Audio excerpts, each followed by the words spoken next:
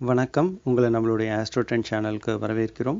இந்த வீடியோவில் ராசிகளுடைய ரத்தினக்கல் என்னென்னங்கிறத பற்றியும் 9 கிரகங்களுடைய ரத்தினக்கல் என்னென்னங்கிறத பற்றியும் ராசி கற்களுடைய ஆங்கில பெயர்கள் என்னென்னங்கிறத பற்றியும் நம்ம ராசியுடைய கல்லை ஏன் போடக்கூடாதுங்கிறத பற்றியும் நடக்கிற தசாநாதன் எதுவோ அந்த கிரகத்தோட கல்லை ஏன் போடக்கூடாதுங்கிறத பற்றியும் ராசிக்கல்லை எப்படி தேர்ந்தெடுக்கணும் அப்படிங்கிறத பற்றியும் இந்த வீடியோவில் நம்ம பார்க்கலாம். நம்ம சேனலில் வரக்கூடிய வீடியோஸை மிஸ் பண்ணிடாமல் இருக்க சப்ஸ்கிரைப் ஐக்கானையும் அது பக்கத்தில் இருக்க பெல் ஐக்கானையும் கிளிக் பண்ணி நம்ம சேனலை சப்ஸ்கிரைப் பண்ணிக்கோங்க.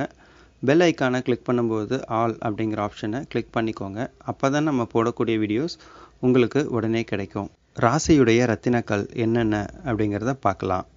மேஷம் மற்றும் விருச்சகத்தோட ராசிக்கல் பவழம். ரிஷபம் மற்றும் துலாத்தோடைய ராசிக்கல் வைரம். மிதுனம் மற்றும் கன்னியுடைய ராசிக்கல் மரகத பச்சை.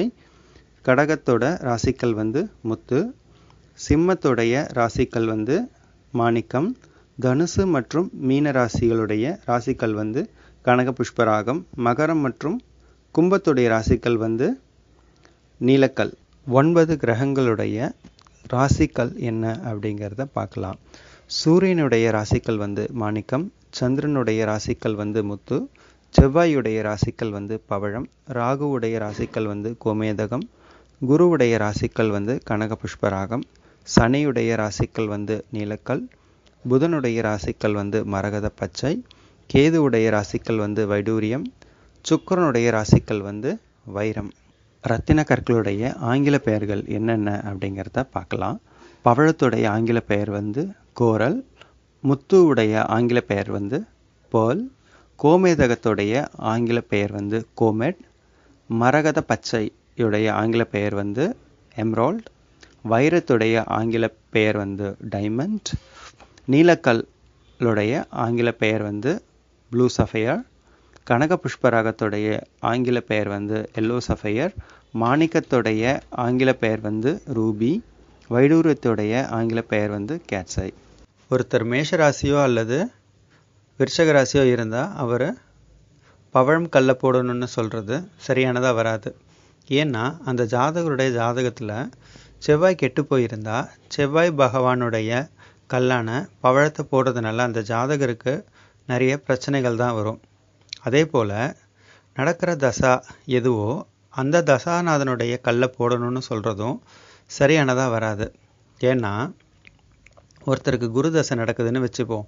அவருக்கு குரு தசை ஆரம்பித்ததுலேருந்து அவருக்கு செலவுகள் அதிகமாகிட்டே இருக்குது அப்படின்னா அந்த ஜாதகர் குருவுடைய கல்லான கனக புஷ்பராகத்தை போடுறதுனால அவருக்கு செலவுகள் அதிகமாகிட்டே தான் இருக்குமே தவிர குறையாது. அதனால் அந்த ஜாதகர் குரு தசையில் கனக புஷ்பராக கல்லை போடாமல் இருக்கிறது நல்லது.